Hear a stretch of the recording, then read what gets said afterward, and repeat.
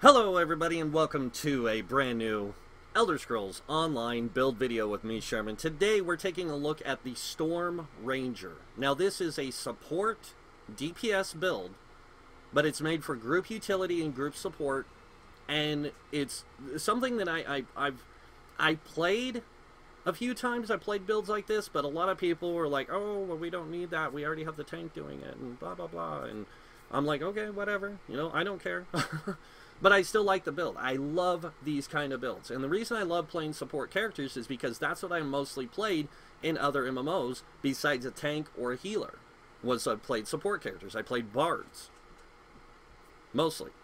And this is what I like, is this kind of playstyle. So this is the support Storm Ranger.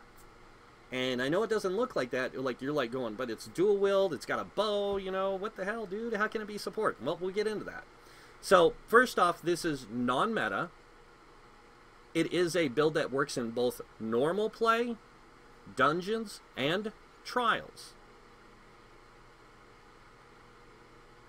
So, it's up to you to decide how you want to set it up. The build here itself is just an idea for something for you to use. That's it. So, let's get right into it. Taking a look at the stats first, we have a 12k magic, a 17k health, 33k stamina, and that is running with the dubious Cameron Throne. We have a 2k stamina recovery with a 3k weapon damage, unbuffed, 48% critical, and when we are buffed with our drink, or our potion, our weapon damage goes to 3,528, and we get a 58% critical, which is almost 60%. We have a 12k spell resistance with a 12k physical resistance, which gives us a little bit greater survivability than, say, a magic DPS. Next up, we are running the Warrior Mundus Stone for the extra weapon damage. We are running Minor Resolve, Bound Armaments, and as you guys can see here, the potion, Power Potion for stamina, and we are running Dubious Cameron Throne for the stamina recovery. Now, this build only runs one other recovery, or two items, or in two different set things, whatever, that give recovery. So that's how we get that 2,061 recovery. Now, why is it important to have a high recovery? The reason you want a high recovery is because the higher the recovery, the more consistency you can use abilities with. And the more consistency, not only do you can use abilities with, the more consistency of return, the more effective it is for you. So moving on to the gear here, the gear is going to be pretty atypical. I'm running Storm Fist that's infused. I'm running a infused Storm Fist. I'm running Night Mother's Gaze, and I'm running Wilder Queen. Now I'm going to go over how I have it set up, just so you guys can see. I'm running a heavy helm with light shoulders. The heavy helm is infused. The shoulders are divines. The chest is infused.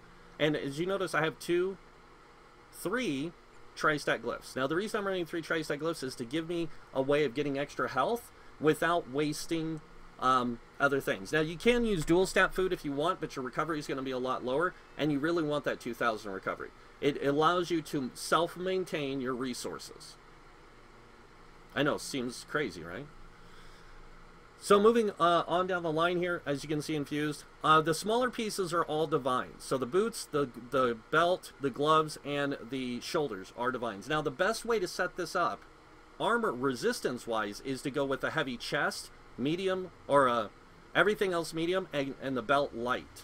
But I just kind of threw this, like, put it together without even thinking. I just did that. But yeah, heavy chest, medium everything else, light belt. And the reason the light belt and the heavy chest is because you're going to get more out of your resistances that way. So it just gives you better survivability. That's all. So with this build, the Storm Fist is really a good set for a support, especially a support DPS to use. The reason why is that shock damage. See, now people are going to say, but that's like a 10% chance to apply the off balance. Yeah? So what? If it's 10%, I'd much rather have a 10% chance over 3 seconds of applying it than none at all. So that gives me a better chance of applying off balance for my group. So it's just a way to help apply that off balance. Next up, it does do a decent amount of damage for you, especially being a Sorc. You get 5% increase in shock damage and 5% increase in physical damage. So it works out really well. It's not really a support set, but it can offer some support. Moving on, Night Mother's Gaze. This is a support DPS set. It gives you crit and weapon damage, but it also gives you, whenever you crit, you apply a negative debuff against your enemy's physical resistance by 2,580 for 6 seconds. Now, you shouldn't be having any problems keeping consistency of this up, except for when you swap to the back bar. Now, when you go from front bar to back bar on this build, front bar your heavy attack rotation, back bar your light attack rotation. And you'll see why when I get to that. So, why are we running the Wilder Queen set? Wilder Queen gives you weapon critical, stamina recovery, max stamina, and then the 5-piece bonus is a support thing for the group. It's not like, oh, maximizing DPS. No, it's a CC. Crowd control is also support. And your bow abilities reduce the movement speed of any enemy hit by 30% for 3 seconds. And this is the thing. People will be like, well, it's only going to work in dungeons. And no, it actually helps in trials as well with trash. The more you can help control the trash, the better off your group is. So this helps with that in a big way. So that's why we have those sets. On to the jewelry and the enchants there. We are running 2 weapon damage enchants and 1 recovery enchant. Like I said, you get 2 things of recovery, one from this, one from Wilder Queen, and 1 from this jewelry. So you're getting 2 things of recovery, plus the drink, and that's how you get to the 2K. And yes, you can have a 4K weapon damage with this build. You can actually go up to 4,000, it's like 4,136 or something like that, weapon damage in total.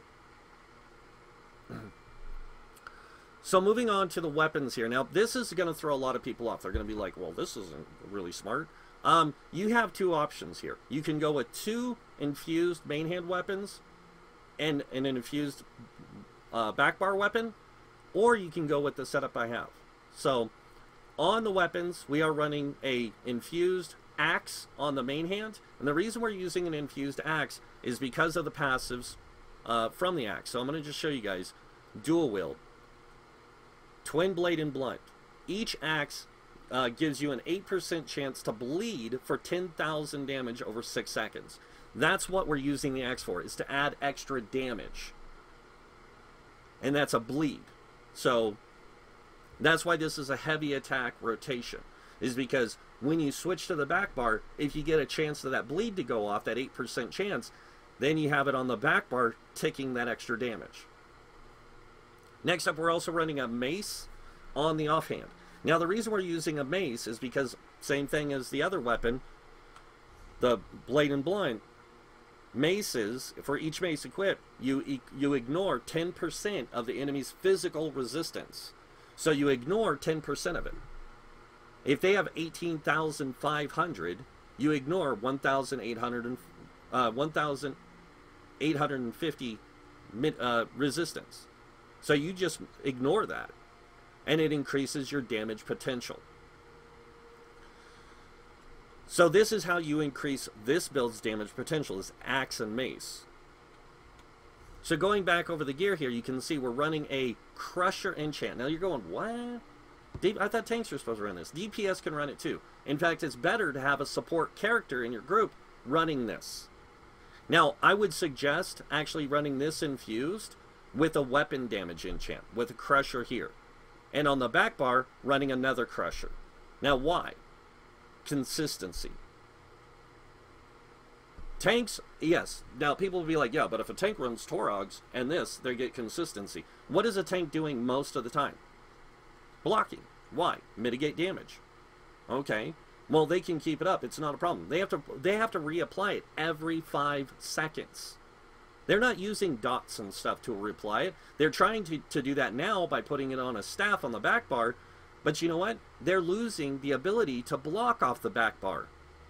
Oh, but they're not running ice. They're running ice staffs. Okay. Now they're not losing that ability to block, but the consistency's still not there. Because they do have to block. So there's going to be times where they're not going to have consistency of Crusher.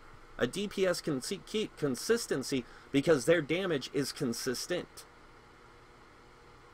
So them running Crushers is more effective than a tank. Even with a 3-second application chance, or 3-second when they can apply it, with Torogs, doesn't do crap. No offense, but it doesn't. Torogs is a set you use if you're not running an infused weapon.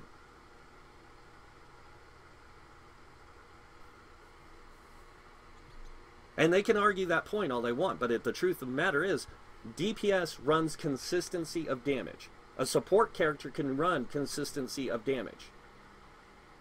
And it supersedes that of a tank. So I would suggest running weapon damage here, Crusher, Crusher. Now, yes, you're not going to have the greatest group DPS, but you know what you do have? All that support that your group needs. It's not just about sets you use and how you utilize them, it's how you utilize your character to be more supportive. And that's what this build allows, is group support, group utility.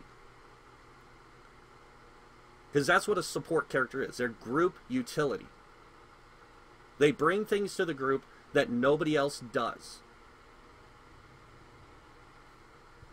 So, why are we running it this way? Why Night Mothers and Wilder Queen, and then when we swap bars, you'll see we still maintain Wilder Queen, but we lose Night Mother's 5-piece bonus.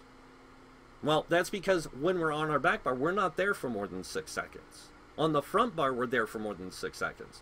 So we can actually do our rotation on the front bar through heavy attacks, swap to the back bar, and keep up a consistency of light attack rotation, so we can keep up the consistency of Night Mothers.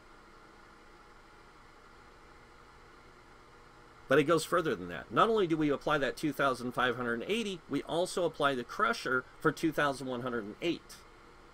But it even goes further because of the skills we choose to use on this build. And that's where we're going next. So looking at the skills here, if you guys know anything about the skills in the game, you always want to make sure you unlock all the passives, even if you're not using those skills. And the reason why is because, like, when it comes to your class, unlock all your passives, because you never know if you might go, you know what, I might need Dark Deal in this because there's that enemy that drains me of resources, like stamina. I can take Dark Deal and use my Magicka to give me stamina back so I can keep consistency of my abilities. Oh, you know what, that enemy, that one place we're going into has a lot of enemies, and they're all over the place. Maybe instead of using just my bow to lock them down, I can take Encase. So there's a lot of things that you can take just in case that are very situational. So don't be afraid to unlock new abilities as you progress. Unlock what you need to make the build, but then unlock other abilities to give you new ways to add to your group utility. Because that's what support's all about, is taking group utility. Alright, so make sure you just get your passives, things like that. I'm going to point out a few passives that you're definitely going to want for this build. You're going to want all your dual wield passives, you're going to want all your bow passives. But class or guild passives, your fighters guild, you want to get these 3. And the main reason why you want these 3 is because you're doing DPS. So you want this for the Dawnbreaker. It reduces the cost of your Dawnbreaker, or it can reduce your cost of Dawnbreaker, or not Dawnbreaker, but the other ones, if you use them. So if you want to take Trap Beast as one of the abilities, you can. You don't have the room for it right now, but you can, and it'll give you that capability to, hey, I want to use this. So that's if you want to use it. Now, this is a great ability, but it's only single target. So it's not really that great. It's good, but it's not that great. But yeah, you want to get these. You want to get Slayer to increase the weapon damage on here for 8% instead of just 5%.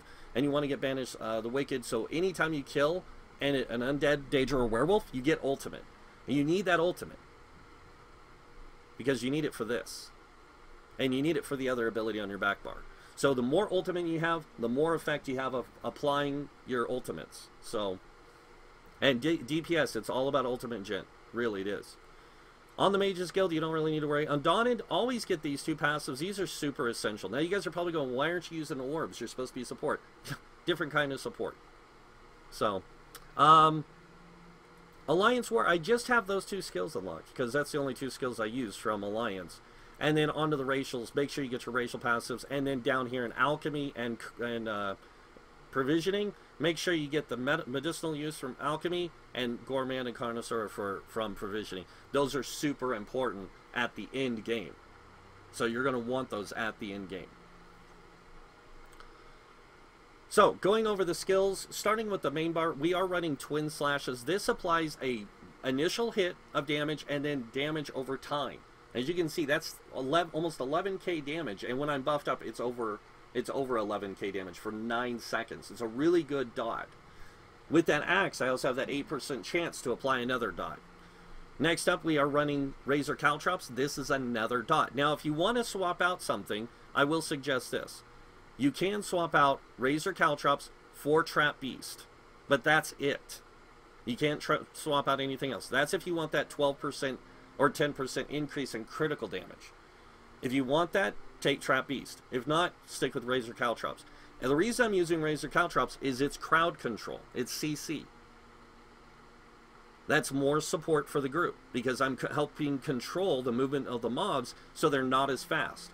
Now, the initial hit, 70% reduction in speed. Now remember, I'm using Wilder Queen. That's another 30%. So I almost stop them in a dead stop. But it's not that bad, because it becomes a multiplier to this.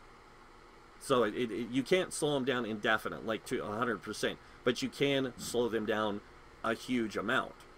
So then it lasts for 30, then it goes to 30%. And then it's not a multiplier. It's kind of weird how that works. Like movement speed reduction, 30% from bow, 30% from this, non-multiplier. 70% and then 30%, it's a multiplier. It's like, what? It's weird. But hey, I didn't make the rules.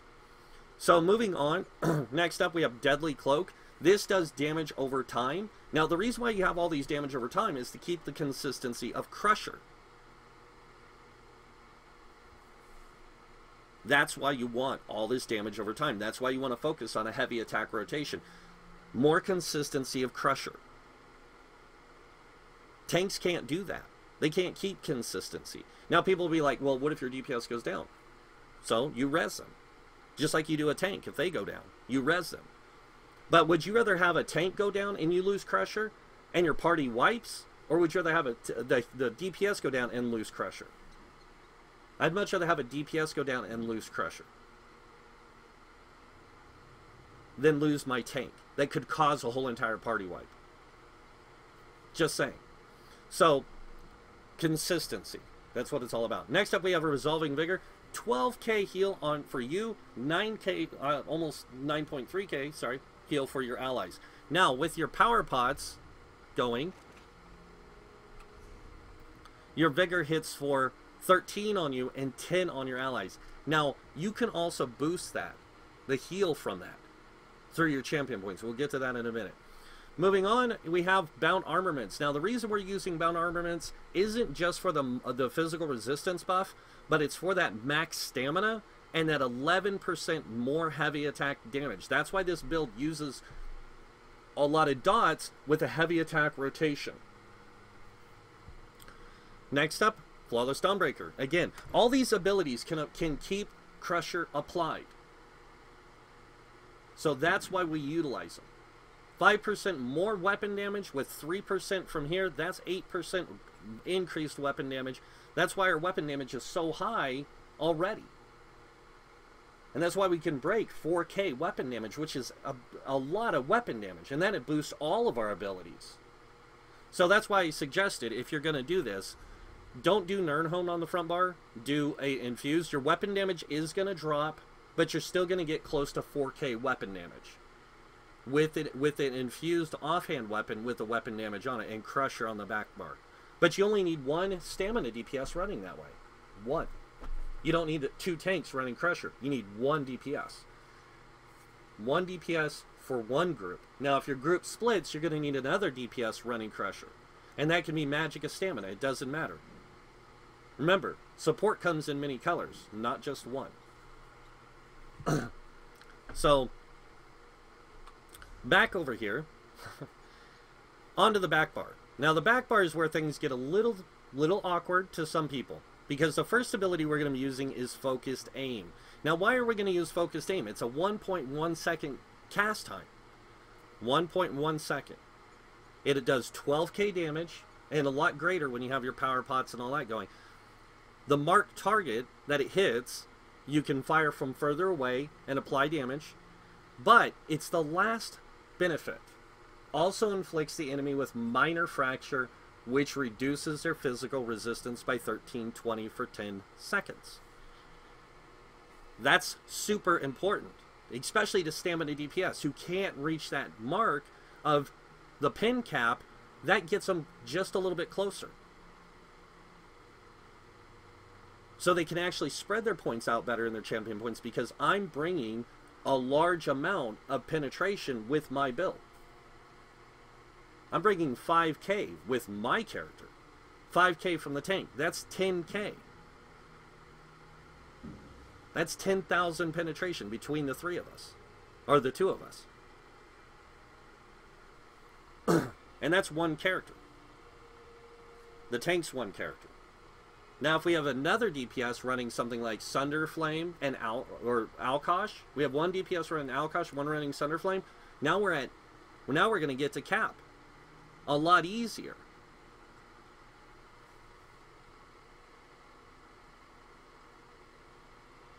Now, people will say, well, Alkosh's tank should run that because of XYZ. It's a DPS set, guys. It's made for DPS. Now, if you want to make a support tank that runs Alkosh and is running a damage dealing kind of build, you can do that. That's 100% freaking possible. But I wouldn't run a main tank like that. I'd run my off tank like that.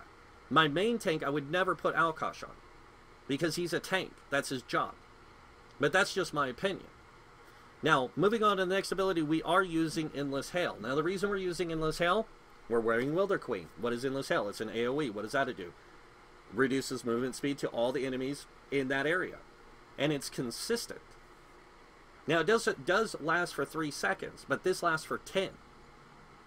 So every 3 seconds in that 10 seconds, it can reapply it 3 times. It can reapply the movement speed 3 times in 10 seconds. Well, guess what? I'll be back on my back bar by then, recasting this, reducing their movement speed consistently.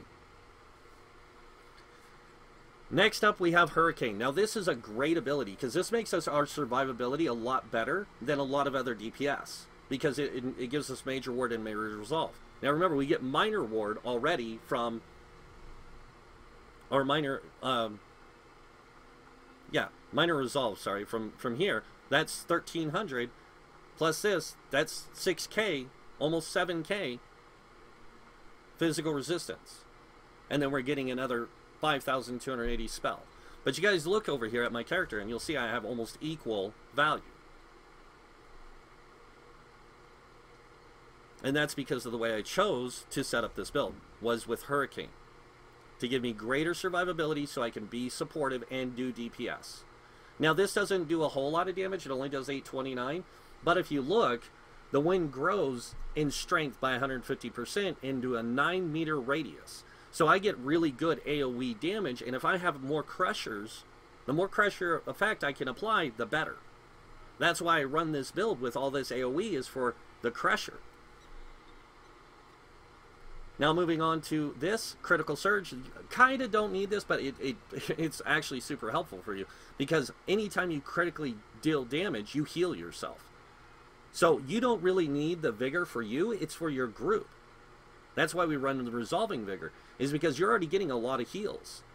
And your Resolving Vigor can heal you for 4k from a single cast, from the first initial hit. This is going to heal you for another 3 with all the AoEs you got going on. You have consistent survivability, more than any other person in your group. So this is really good for you. And that's why Khajiit works the best for this setup. Moving on, Bound Armaments. Last but not least, absorption field. Now this is this can be, you can say, well, I don't really need it, I can use something else. Your group might need this, and the reason why is because you create a globe that of magic depression or suppression, dispelling enemy placed effects instantly. Enemies within it are stunned for 12 seconds, and enemy players don't worry about that. But the next part, the globe also heals you and allies for 1391 every 1.5 seconds. It's another type of support. You can cast this, your group can be inside, it'd be healing. Along with your vigor, and this, you're going to heal for quite a bit. And that's the skills for the Storm Sword, or the Storm Ranger. Next up, we're going to move to the back, or to the champion points, and we're going to go over that, and I'm going to show you guys how the champion points are set up. And after that, I'll show you the building action a little bit. So, going over here, we're going to look at this. Starting here, 56 in Ironclad. This reduces the damage taken against direct damage by 20%. So that means your damage reduction is even greater with that high resistances from all the casting of Hurricane. Now you're going to have even greater mitigation through the champion points. So your survivability is even more. We have 56 in here, reducing the direct damage you take by 56 points, with 56 points, 20%. We have 3 into Spell Shield, giving you 312 extra spell resistance. That's how we get that, keep that even field until we buff up. Our physical resistance goes up, but our spell resistance is about 17k, while the other one's 18. Moving over here, 56 in the Thick Skin, reducing the damage you take from damage over time by 20%. Extra mitigation. 43 into Hardy, 43 in Elemental Expert, 10% in both of these. This reduces all damage by 10%. And it stacks with Thick Skin, with Ironclad, and even with Expert Defender, which is the next one, which is reduces your light and heavy attack damage received by 10%. This is super important, because not only do you get all this damage mitigation here, but you also get the damage mitigation from this, which Razor Caltron, or Deadly Cloak, reduces damage taken from area of effect attacks. This isn't damage over time, this is area of effect. So that means those AoEs on the ground, you reduce the damage by 25%. And if it's damage over time, that's another 25%. So if you're hit by a bleed, you get 25% damage mitigation. From this, you get from area of effect. So you get a lot of mitigation along with all that resistance. This is why the Sorc works so good for this. Next up, we have 23 in a Quick Recovery. This gives us 6% healing received. Now, why is it important for me to have healing received? Anybody needs healing received. DPS, tanks, healers, they all need it.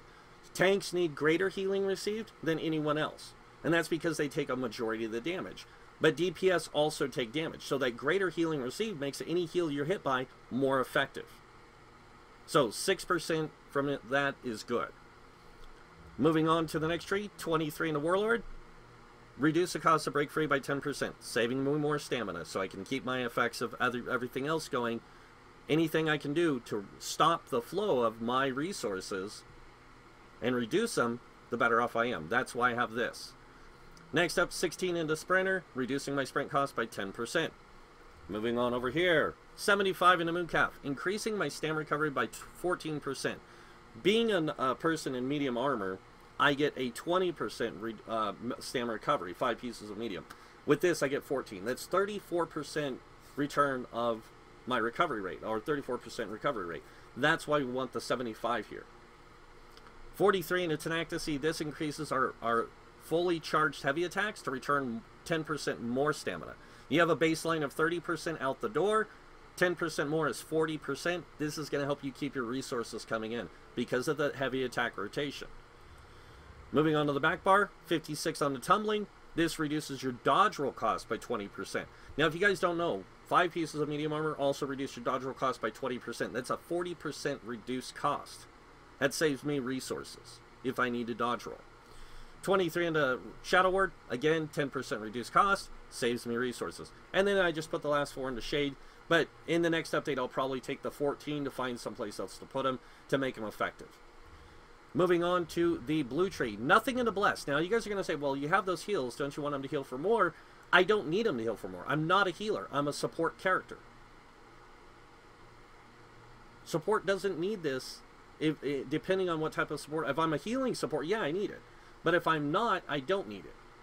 So I don't put in a blast. Moving on over here. 25 in the physical weapon expert, 37 in master at arms. The reason I did this, look at that. 30% increase in my heavy attack damage. Where else do I get a heavy attack and damage increase? Down armaments, 11%. That is a 41% increase in my heavy attack damage. 40%. And it's going to get bigger. And I'll get to that in a second. I have 23 into shattering blows to increase the damage done to enemies with damage shields. Now, in PvP, you're going to fight a lot of enemies with damage shields.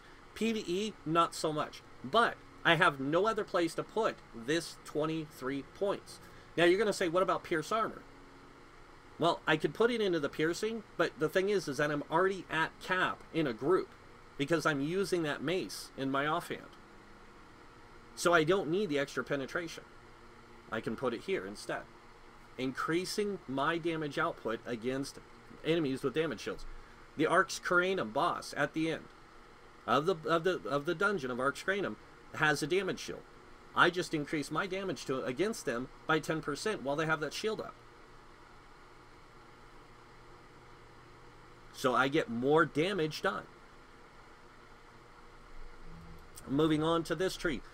43 into Mighty. This increases our physical damage by 10%. All the abilities we use pretty much are physical damage. And this is why it's important to have this and these, is because that's 41%. Remember with that. That's 51% increase in my light and heavy attack damage, or heavy attack damage. 51%. That's a lot of damage output, guys. Next up, 56 in the Thaumaturge, increasing my damage done with damage over time by 20%. That's how my bleeds and stuff hit for so much. And then Precise Strikes, 56 points, increasing my critical strikes and healing. Also my critical damage and healing by 20%. Now this is what I was meaning by, like, you can choose to put this on there or not. You can swap this out for caltrops. But if you do that, you're going to lose the damage, the greater area of effect of damage over time to a single target damage effect, which is fine, but it's also going to give you the rearming trap ability, which means you're going to be able to recast the trap after so long, but it's going to do the same thing as caltrops, just to a single target. And actually this does less damage. It does greater damage over time, but it does less damage. Where this does consistent damage over 12 seconds. And all I have to do is reapply it. And it does the movement speed reduction, which is CC, which is crowd control, which is some type is in some cases considered group support. That's how this build works. This build is all about supporting your group by debuffing the enemy's movement speed and their resistances. The heals, the other things is just group support, is just that. It's extra support. This build is designed for support. And that's the Storm Ranger. Now let's see it in action.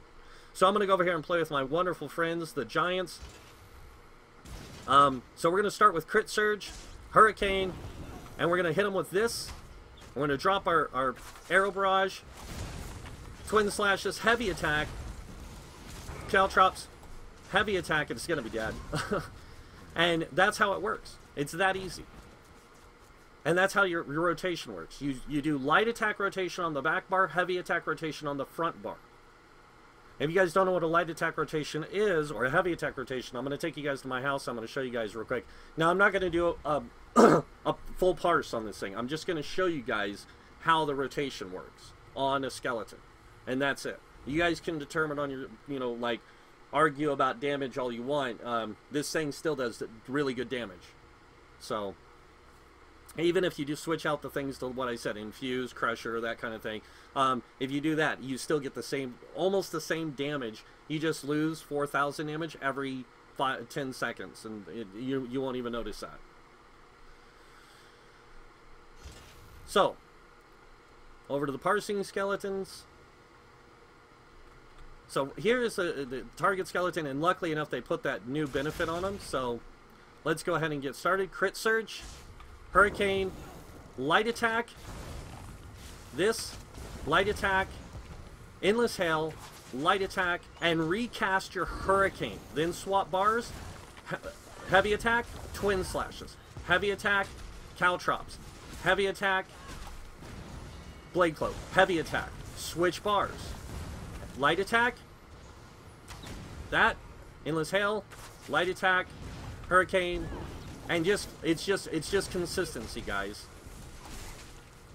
My mouse is buggy still, so, and that's how the build works. It's about consistency. Now I'm gonna go over here. I'm gonna show you guys this real quick. I gotta wait for all this to wear off, and I gotta wait for the combat metrics to read. I'm not using combat metrics. I'm actually running AUI. All right, so there we go. So this is showing my outgoing damage, as you guys can see, and it's not showing any application of things like you know, that. But I do want to show you guys just this really quick so you guys can see. So my abilities, this is what my abilities were doing in damage. It doesn't, to you guys, doesn't look like enough. But look, I got concussion. That means I set the enemy off. I could have set the enemy off balance from Stormfist for one hit, and that was it. That time frame. So that's really good. But look how many times Stormfist hit 20 times. So that's what you need to look at when you look at a build. Don't look at it go, oh well, it's not going to work. Look at its like how it works in general, like overall, and you really need to pay attention to that, because sometimes a build might not look like it's as effective as you think, but it winds up being a lot more effective than it can be. Now this build can pull 20k with me doing the rotation. But for somebody more experienced that can do animation canceling, block canceling, all that kind of stuff, they can get more out of this build than I can. They can probably pull 24. And that's with running 2 Crusher enchants on the front and back bar and the weapon damage on the offhand with an infused weapon. Because it doesn't change by a whole lot. In fact, I'll just show you guys by how much. So we're going to go change that trait just so you guys can see. But if you're comfortable playing this way, if you have a good enough rotation, you can play this way and be fine. So we're going to change the hammer to infused.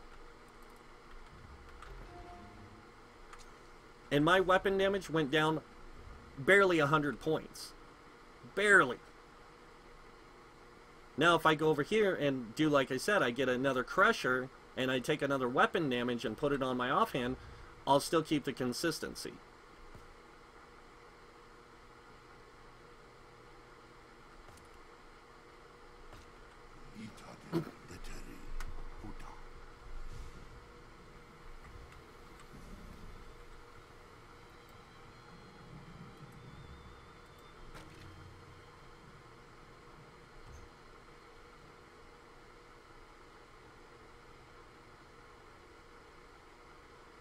Where is it?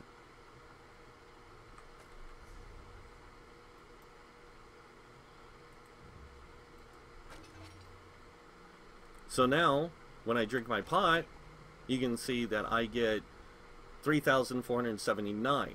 Even with that other thing, I still get I still get close to 4K, and I'll see if I can get it to proc so I can show you guys. So I'm going to keep my potion going. 4,120 weapon damage with a 58, with this almost 60% crit. Now that only lasts for 5 seconds. So, but you got to remember, I'm also doing this, which is going to keep consistency. When I switch to the back bar, guess what I just did there? I kept Crusher reapplied.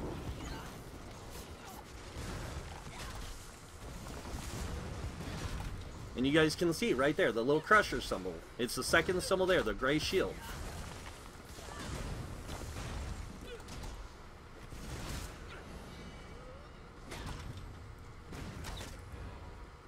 Oops, screwed up.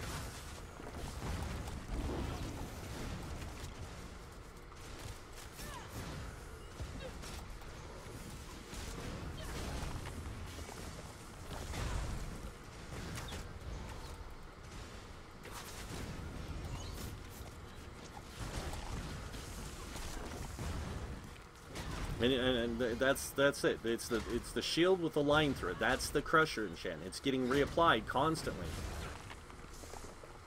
It's consistent. And that's what makes this type of build really good for a group, is it does a lot of support. You got your Vigor, you've got your Endless Hail, which is slowing down the enemies, all that stuff. So it's a really good build if you want some group support. But that is the Storm Ranger, guys. So I hope you guys like this build. If you guys did, hit that like button. If you guys want to see more builds by me, hit that subscribe button. Other than that, I want to thank you all for watching. Until next time, have a wonderful day. And this guy might see you in game. Bye.